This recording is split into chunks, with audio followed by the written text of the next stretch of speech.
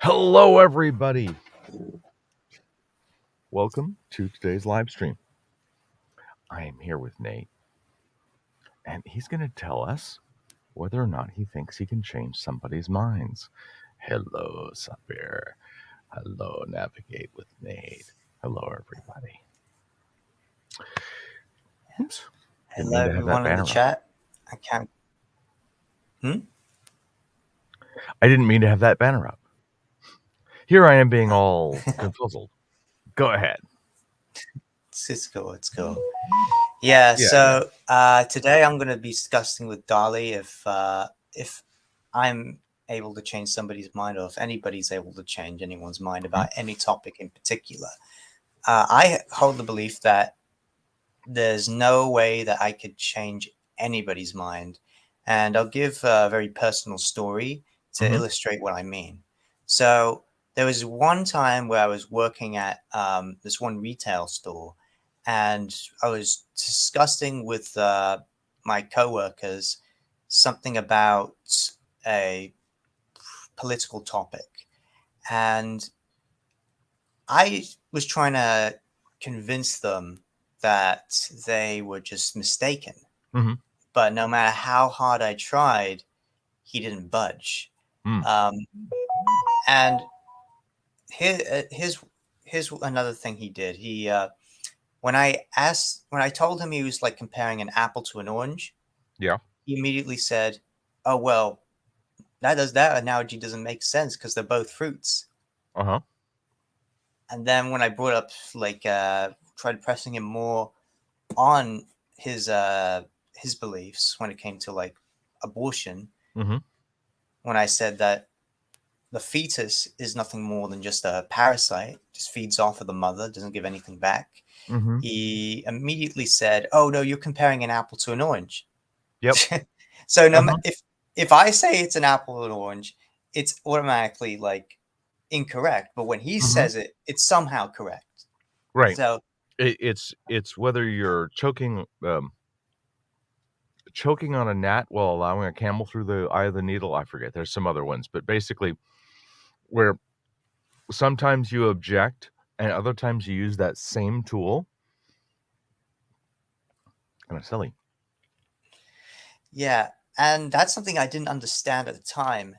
But then I quickly realized that if somebody has a firmly held belief in something, they will do anything to try and Mm. keep that belief, Mm-hmm. even if they know they're wrong. Mm-hmm. I've got. I'm not going to say who for their privacy. I've got somebody who can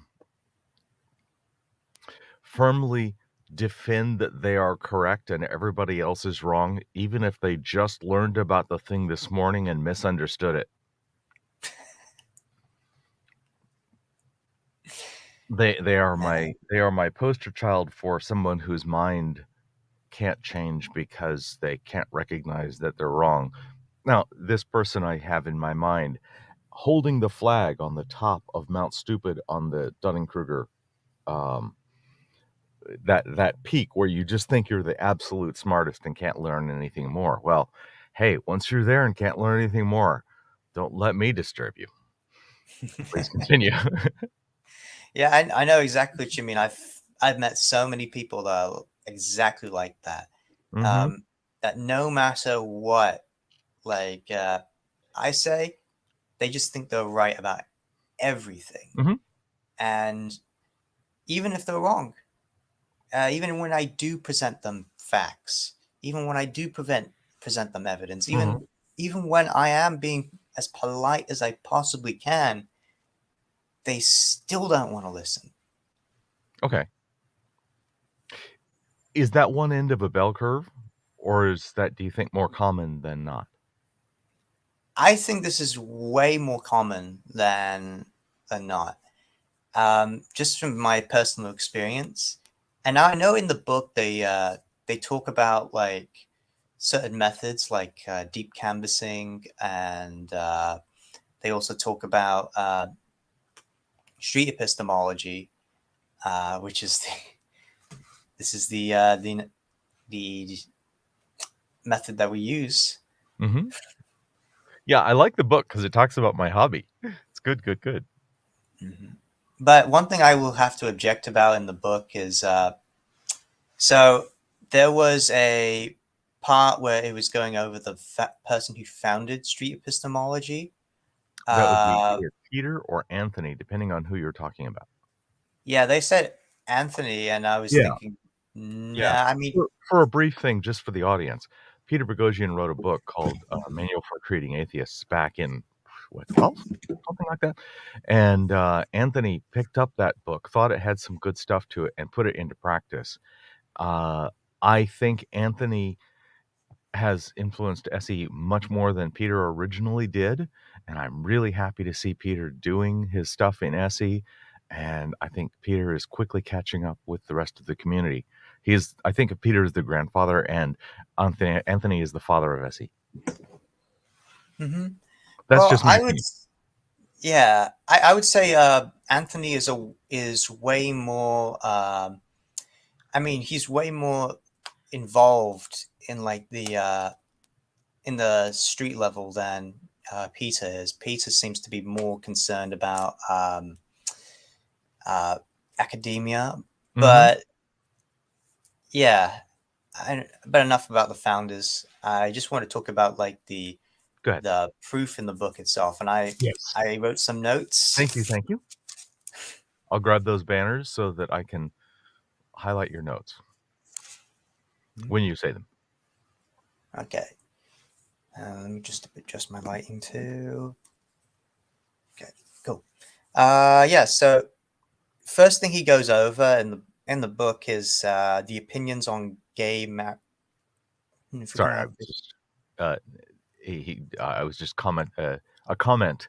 Navigate says that Anthony better face. Yes, yes, both. Mhm. Sorry, go ahead. I interrupted you. No, it's all right. It's all right. Yeah. So um, the first thing he discusses is the opinions on gay marriage and how they've changed over time. Mm-hmm. Um, so uh, I understand that point, Mm-hmm. but my contention is this: is that it didn't. He was saying that it changed over like a short period of time, like a decade, Mm. whereas from my personal understanding, Mm-hmm. when it came to gay marriage, um, attitudes on homosexuality have been changing consistently since the early 20th century, it seems, from the Yes. Stonewall riots to many other Yeah. gay rights. Yeah. That's my lifetime. That's great stuff. Mhm. I Yeah. like. And so attitudes were already changing during that time, especially when it came to homosexuals or women Mm-hmm. or people of color. Mm-hmm. They were changing drastically, and it's because of activists consistently going out and making the argument for the certain cause, Mm-hmm. and they were able to rally a lot more people, and slowly but surely they got people to accept, okay, gay people are human too, Mm-hmm. and then slowly but surely they got people to accept, okay, not only are they people, but they also deserve the same rights in employment and same rights in other factors of life. And then Yeah. slowly but surely, it came to marriage, and Yeah. that's why we see this big change. I don't think it's like a short amount of time as David was trying to portray it. I think Mm-hmm. it was a longer period of time with many different people consistently making the argument for Mm-hmm. a certain cause. And that over time was able to shift the culture to the direction that we see today, where people are very accepting of homosexuality. Mm-hmm. Mm-hmm. Mhm. Mm-hmm.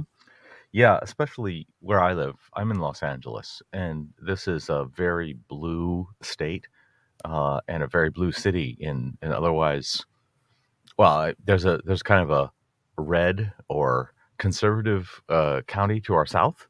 Yeah, South. which is where I live in. You live in the south, yeah. You live in the south of England. Do you live in the conservative part? Yeah, I live in the conservative part. So the conservative part, um, there's still very not, they're still very homophobic in a lot of Yeah. areas, but they've become a lot more accepting of gay people in certain respects. Like you'll Mhm. see some people who are like, okay, they're free to be gay. I don't want to hear about the gay lifestyle. Um, but it's still a way of trying to accept like a homosexual instead of them just outright saying that they should be Yeah, uh, yeah. get the death Even penalty. even amongst some of the most hardcore people I've spoken to in the last, say, 6 months on this topic, uh, uh, the worst one would be probably Rochelle, and even her softness on allowing gay people to be left alone as adults is much better than I would have expected, from anybody in her position when I was young. Hmm. Yeah, Mhm, and I think it's because of a lot of activists making the argument, slowly changing the culture towards a certain mhm, direction.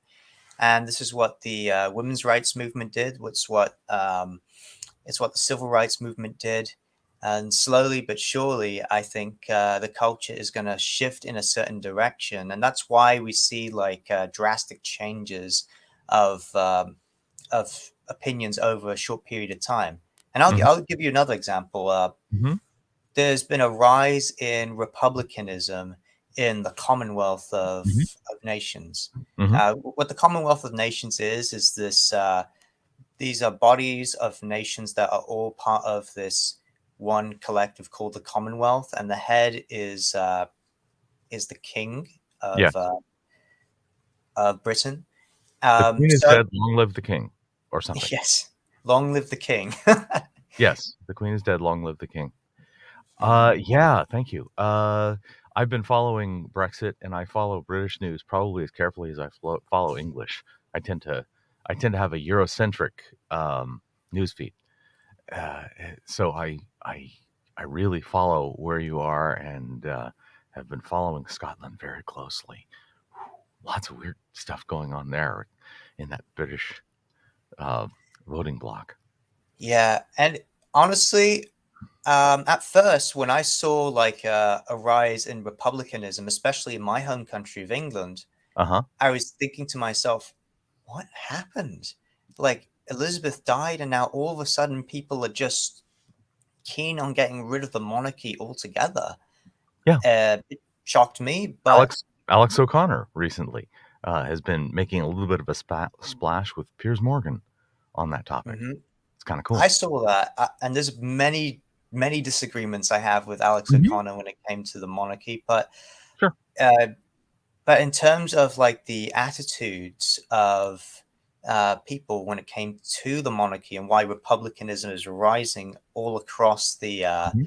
uh, the former British colonies and even in Britain itself, it's partly due to a numerous amount of scandals that the uh, royal family has been Yeah. engulfed in recent years, like Yeah. They're a bit out of 1990s. touch, or maybe a bit out of values with the rest of everybody. And if they're trying to represent a country, that's challenging. That's a problem.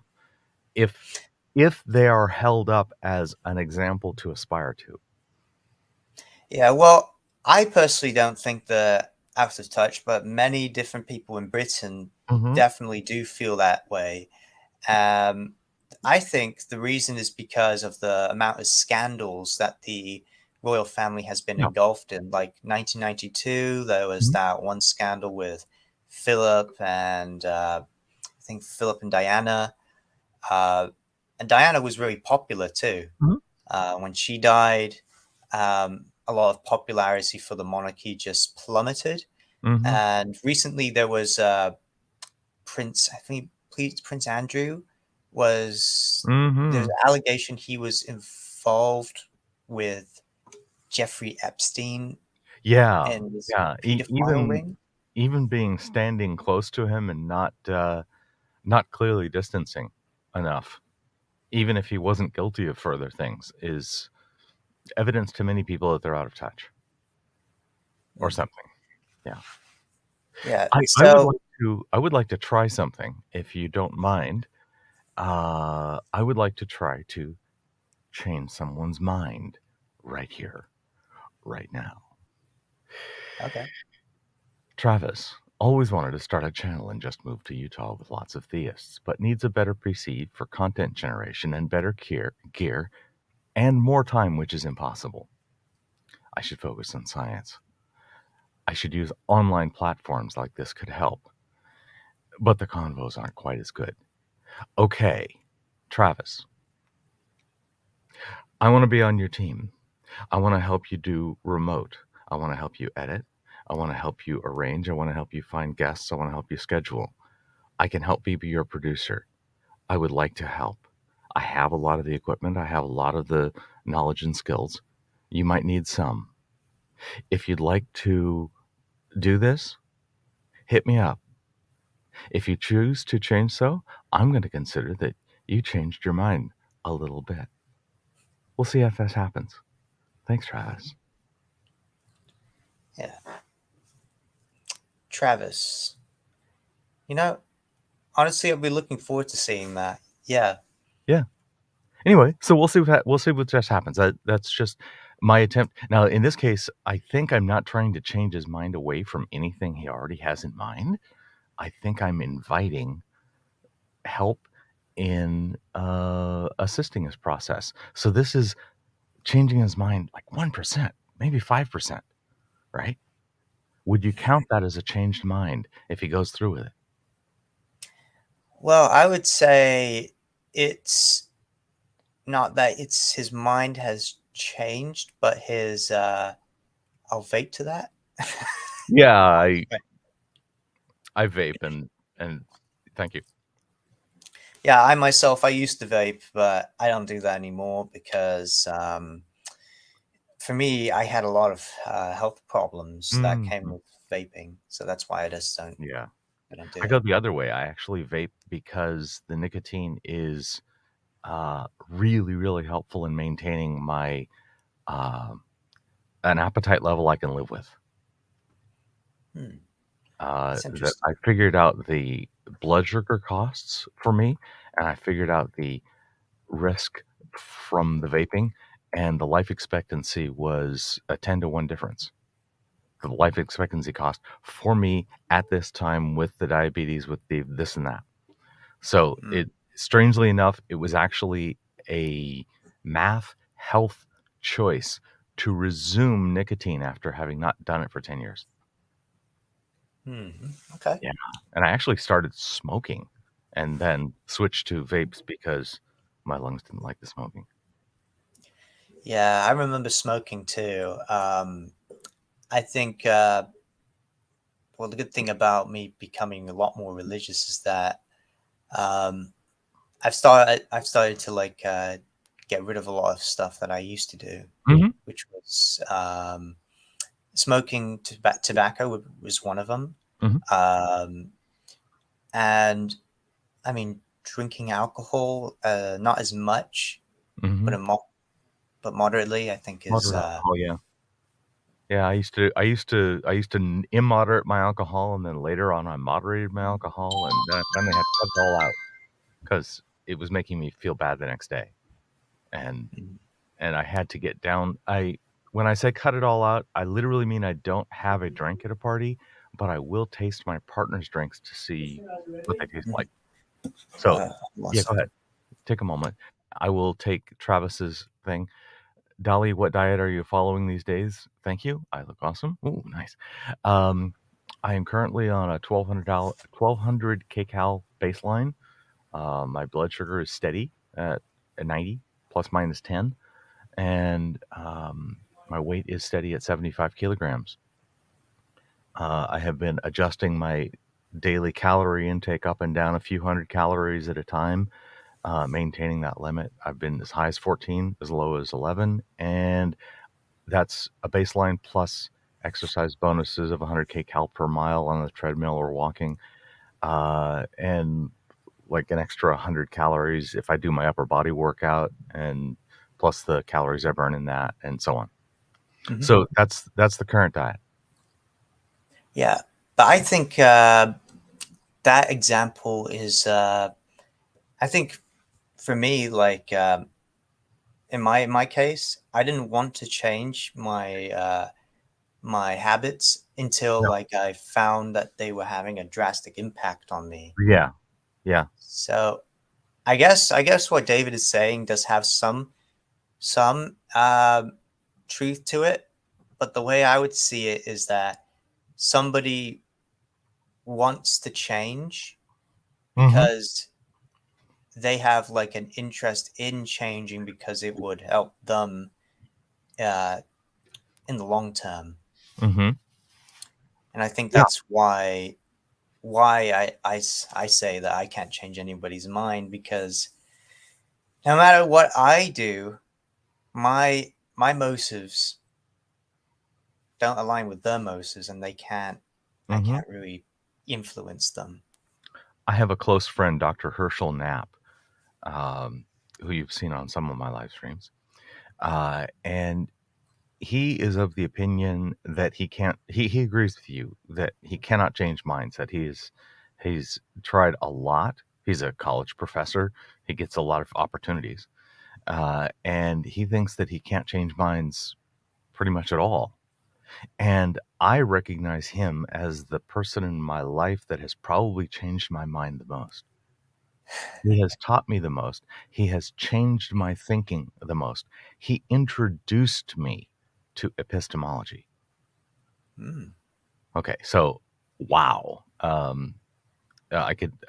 would have to tell long stories to tell you about some of the rather profound shifts that Hirsch has had in my life regarding changing my mind. Mhm. Go ahead. Yeah, I mean, he sounds like he does have a big impact. Hmm. Yeah, but however, I think he's right in the sense that he can't change anyone's mind. But I Hmm. think it's because if people are open to open to that change, Hmm. then you can change their mind. Because Yeah. from my personal experience, and I know I get go back to like this one example with this Hmm. one guy I was working with, because I really do think that this man, he, no matter what I said, he would just use like the same type of bad reasoning, Hmm. and If then somebody comes at you with bad reasoning, I think you can be pushed away from their position. okay. I think I think for myself, I end up having these buckets that I put my epistemologies in, and I have a best bucket over on one side, and I have a worst bucket, a fallacy bucket on the other side. And if something that I have firmly put in the fallacy bucket is part of somebody's chain of reasoning, I am less confident of their conclusions than when they started, even if I didn't have an opinion about it when it began. Hmm. Okay. Yeah. So you can say, the universe started in a hot, dense state because something, this cosmology, that cosmology. I'm with you. I'm with you. I'm with you. And I know it because I had a dream. I stopped. Now I no longer take any of your conclusions. It's kind of a real pass fail for me. Hmm. Hmm. I Yeah. really like when people that disagree with me come at me with very detailed, weak arguments because I think it moves the movable middle in the audience away from their position. I know that makes me a little bit evil, just a little. Yeah. I mean, it. This is what I think Aristotle was talking about too when it came to, because I read this book Rhetoric. Hmm. Um, he said that the goal is uh, is to change the audience's mind and not so much as your opponent's mind. Yeah, Because at the end of the day, I mean, your opponent is going to have the same opinion at the end, opinion that he left with. maybe, maybe. Um, Except the audience themselves are the Hmm. ones who are neutral on this matter. So the most important thing is to get the audience to uh, to understand your point of view Hmm. rather than the person you're arguing against. Chase also changed my mind somewhat recently. I had 3 live streams with him where he talked about the vegan thing in terms of environmental and health. I was not moved by by the moral thing, but I was moved by the ecological and the health thing. And since that, my meat is down to less than a third of what it was. I haven't stopped eating meat, but I have learned that I have protein sources available that I like that are better than meat in many cases. So I'm leaning into those. Okay. Yeah, So, I've heard stories about like somebody changing their mind when it came to veganism. Um, I myself, I'm not a vegan.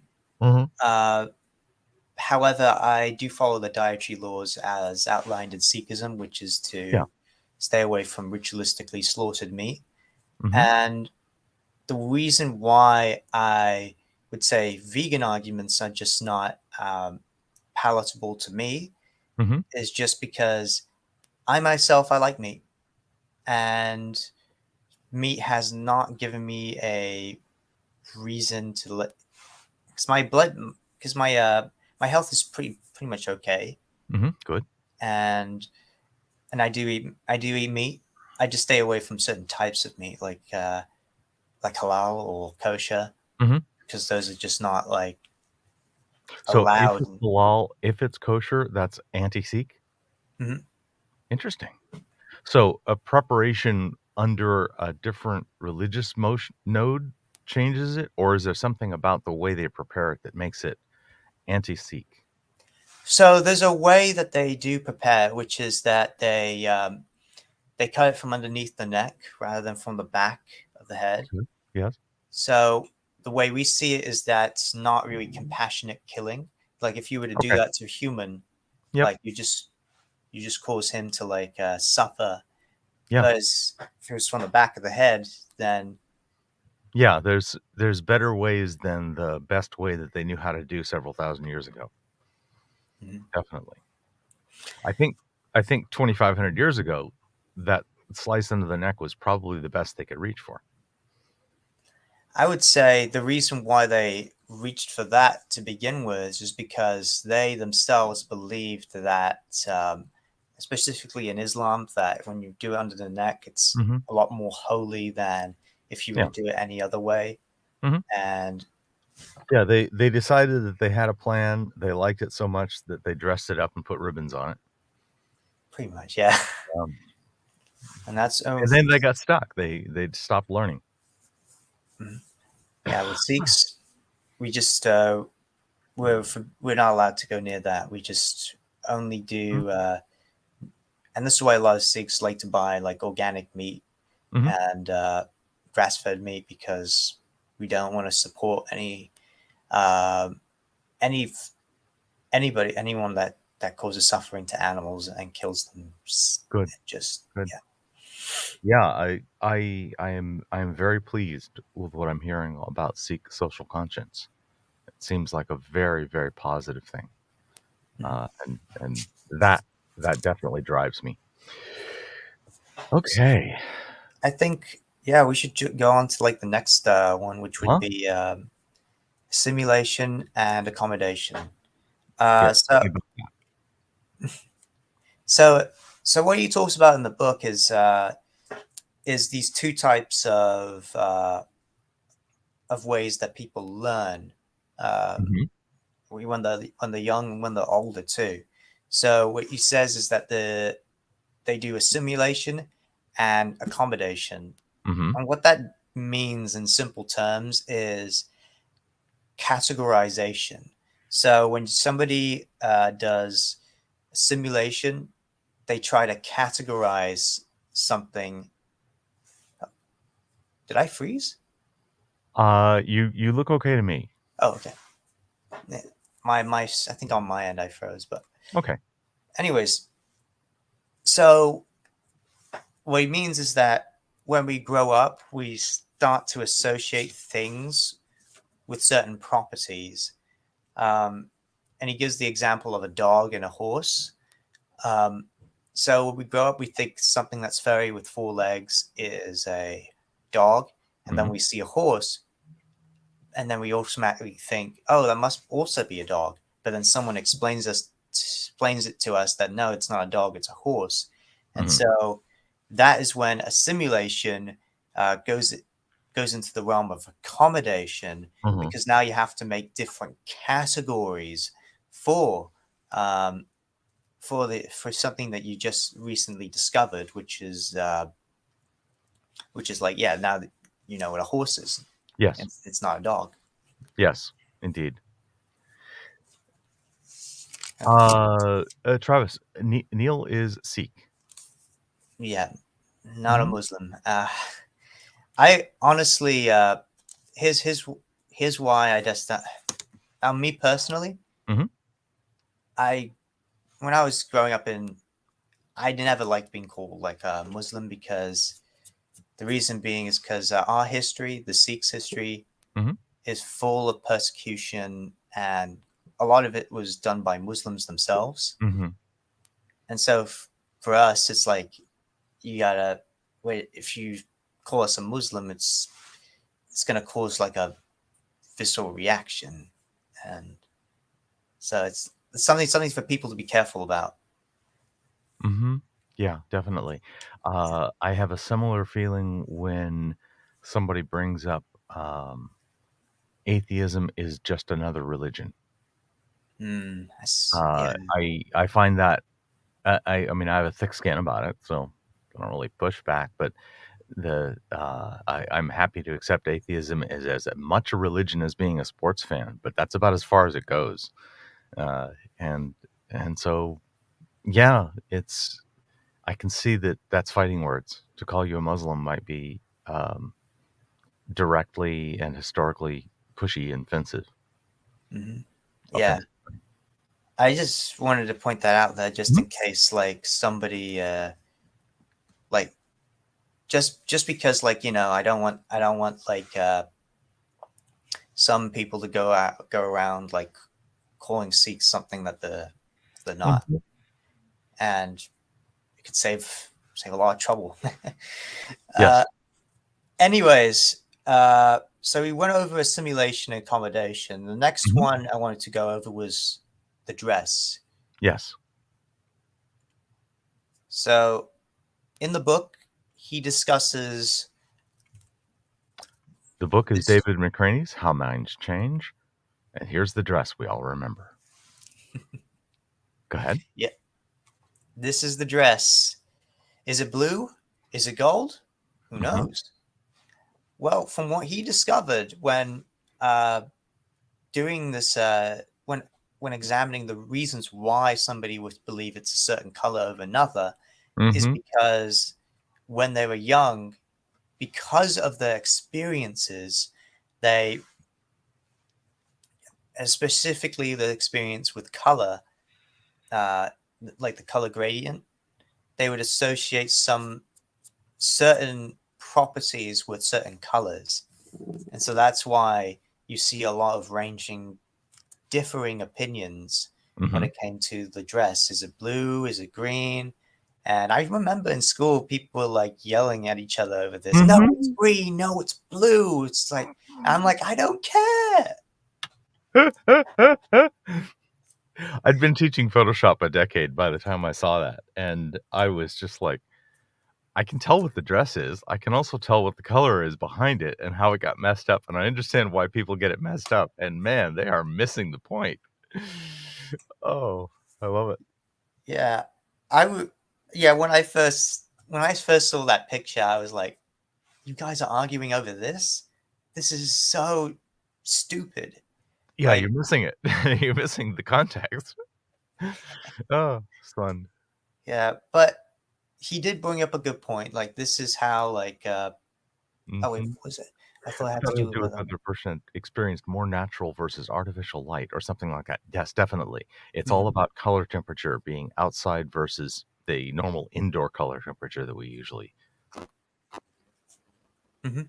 Yeah. Mhm. So like, it's about like people's experiences and how like the sentiments come about because of these experiences. Like, if somebody was like outside a lot, then they're obviously going to associate this dress with with a certain color over somebody else that didn't experience Yeah. that type of thing growing up. Um, yeah. Anyways, I'll move on to the Yes. next slide, which is groups and individuals. So Hmm. what he talks about is he talks about like the accommodation assimilation, but Hmm. sometimes humans like us um, we get very, for lack of a better word, lazy. Hmm. And so we often defer um, our thinking to the group that we already have like a self-identification with. Hmm. So if a certain group feels like, let's say somebody's a conservative and they find some information and they don't know what to do with this type of information, they Hmm. then confer to other conservatives about what they think, and then that inadvertently becomes what the individual thinks. They defer to the group to Hmm. help them understand something that they personally don't understand themselves. Yes. And it's because a lot of us, we want to be good members of our groups um, rather than just admit we're wrong. Yes. Because Yes. then we, I want to make sure my alignments fit with the people whose opinions I respect. So I check in with them really often on that, mhm. especially on particular topics. I'll hit up social science and stats people if I'm playing with math. I'll hit up trans people if I'm talking about trans issues, things like that. Yeah, that's awesome. I think I fell into that thinking a long time ago, deferring to like a group Hmm. for my individual opinions. I Hmm. think what really got myself out of that type of thinking was watching this one Twitch streamer called Destiny. Hmm. So, what Yeah, Stephen blue hair Bonner? often. Yeah, Wait, what? blue hair often. Usually when I see Destiny, he has blue hair on the top. Mm-hmm. Yeah, Hmm. he recently dyed it blue because Hmm. I don't know. He just wanted to be like Good. It's different, fine. but Looks good on him. it does. It does. One thing I love about Destiny is that what he did since the very beginning, when I saw him Hmm. making videos on debasing people on YouTube, is that he always went against the grain. Like when it Okay. was like a very popular opinion on YouTube, he Okay. went against it and just said, "No, I'm not. I'm not for this, and here's the reason why." And these were very unpopular opinions at the time, and Hmm. I was thinking to myself, "Wow, this guy, he's defending some ideas which are very scolded by my group, Yep. and he does it very well." And even when he was like included on in LeftTube, he started Hmm. disagreeing with those other people on Yep. LeftTube very vehemently, and that was like a wake up call to me. I was like, if I want to be an individual, if I want to be honest with myself, I can't be conferring to different groups for what Hmm. I think. Okay. Destiny doesn't do it, as far as I know. Hmm. Uh, he is very like he's very like, okay, I think this way, and here's why I think this way. Hmm. And when somebody else is like a part of a group, he'll like Hmm. he'll be first to disagree with that group and what they're doing. Um, Yep. so all in all, I like I Peter really Boghossian for that a lot too. Peter's very, very hot on calling out people on his own side. His whole NPR thing of hacking on National Public Radio in the U.S. Is about that, and I respect that heroic behavior. And I only agree with him 80, 90%. So there's a lot. Yeah, I do agree with Peter Boghossian on some things. Mm-hmm. I think the reason being that I agree is because I think our values are aligned. I think that Mm-hmm. that's something that David talks about in the book too. When people's values are aligned, Mm-hmm. then it's easier to get them to change their minds. Yes, yes, very much. When I check in with my people, I'm actually checking into their epistemologies, and it's the epistemologies that I'm looking for, the values, less than their conclusions. I often find that people I like and respect will disagree with me, and I can be changed if I find their disagreement to be for good reasons. Hmm. Hmm. Absolutely. Yeah. Um, and also, he goes on to say that because of people's motives, um, they will they will change their mind uh, when they are presented different proofs. Hmm. So he goes over this one example with this one 9/11 truther, Hmm. and this 9/11 truther was into like this other group, which was Hmm. Truth Juice, Hmm. and because he spent time in uh, that community aligned with the values that he held, and Hmm. he was slowly able to chip away at his 9/11 trutherism. Yeah. Um, In the story, they had grabbed several people that were 9/11 truthers, including the one character that became the central story in McCurney's chapter. And all of the 9/11 truthers, save for this one person, were unmoved by any of the expert opinions and scientists that they had doing the interviews and bringing the facts and figures. But this one fellow, Charlie, was moved. And David says it's because he'd already invested himself in this other secondary social group, Truth. What was the name of it? Truth. Truth Juice. Anyway, they were more concerned about truth and reality than a particular truth and reality. And he was moved by their values and shifted overall. It's kind of Hmm. amazing. Yeah, I find that amazing too. Um, Yeah. this is, Social identity is an important component of beliefs. Absolutely. yeah. And I'm currently reading a book by Tim Urban that talks a lot about that, where he says that the stupid golem unthinking group that we make when we group together and just go rah rah rah, this is the one truth, uh, is as dumb as the wrong on the other side, and that the people in the middle are often the ones taking um, the careful adult thinking role, Hmm. and that's what Tim Urban wants. Yeah. Um, so that's You're muted, I think. oh, I'm muted. Can you hear me? Not hearing you. Shoot. Not showing a Man, mute on my side. says the host has muted your mic. Hmm. Sorry, not hearing you.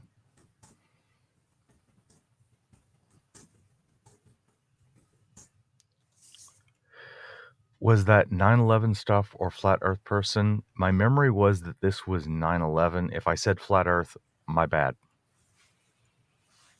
Can you hear me now? Navigate can hear both of you. Oh my. Oh no, and I can't. That's going to be an issue. Man. Host has muted. Weird. I'll mute and unmute you. Say something. Hello? Ah. Okay, I'm not sure what has broken. I'm sorry, all. Uh, Neil, uh, it looks like we're going to go for a part 4 on another day. Sorry about that. And I'll just try to summarize then, and answer any remaining questions in the chat.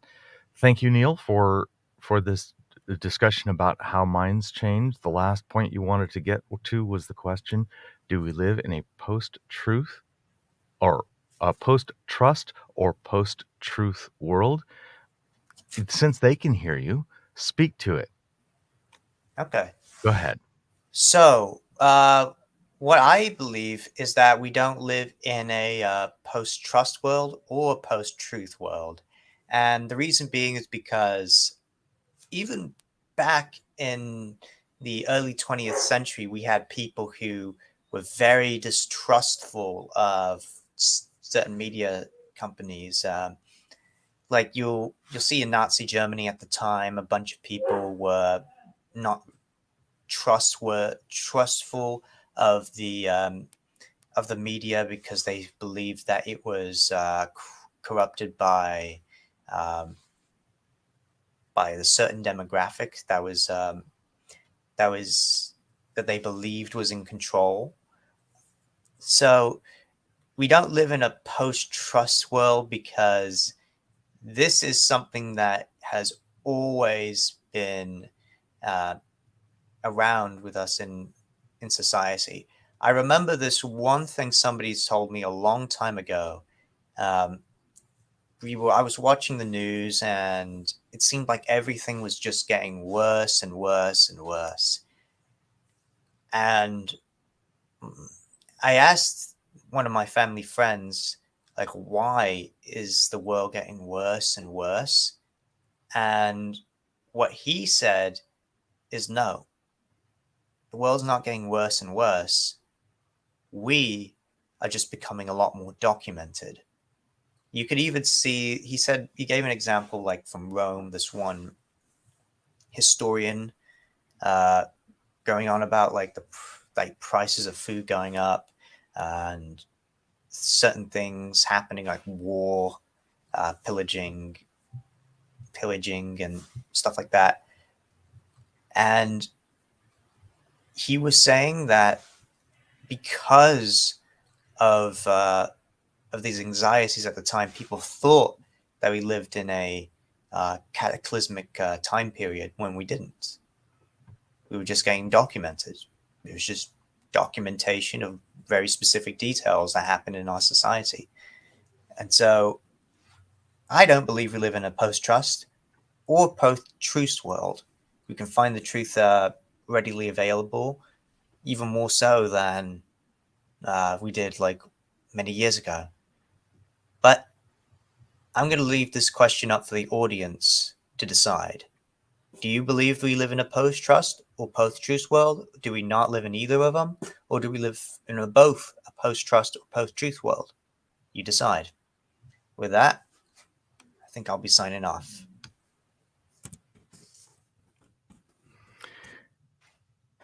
I'm assuming that you are. Yep, you're finished. Thank you. I will listen to this back immediately after and hear your final thoughts on that. Thank you very much. I'm going to summarize. If you would also like to summarize, I welcome that. Just speak and I'll shut up so I can watch your mouth. And uh, this has been a brief summary of David McCraney's approach to how minds change and how Neil sees that mind changing. I think my understanding is that we can't fundamentally change anybody's mind from a strongly opposing position here because of the so many anchors, the social anchors, the various identity anchors and things like that that keep people from moving very far at a time. And I think there's a little bit of room for we could move them if they're already inclined to affirm yes, or move them a little notch at a time through other kinds of things. I would like to invite any you or anybody in the audience to tell me about the last time or an important time where your mind changed. And I'd like you to describe for me what changed in your own head, and if you can identify the action of any one other person that was the most important in that particular change, see what sort of external factors affect self. Anyway, thank you for that. Uh, Go ahead and I think I've summarized. I think you're done. We're good. Thank you very much, Neil. Sorry about the tech flub. I'll ask StreamYard about it and see what they can do. Thank you, and we'll see you on maybe next week or whatever. We'll work out the timing. Let's see. There was a question I wanted to address. Travis asked how this might affect my uh, A1C. That's the long-term test for blood sugar. I haven't tested it yet. I will let you know when I actually do suck it up enough to take that needle and have it tested. I actually expect my numbers are going to come out great if I understand the thing well. Next week differently. All right. Great. So next week won't be at the same time, and we'll go from there. Thank you. If we both wave, the broadcast will end. Thank you all. Bye-bye.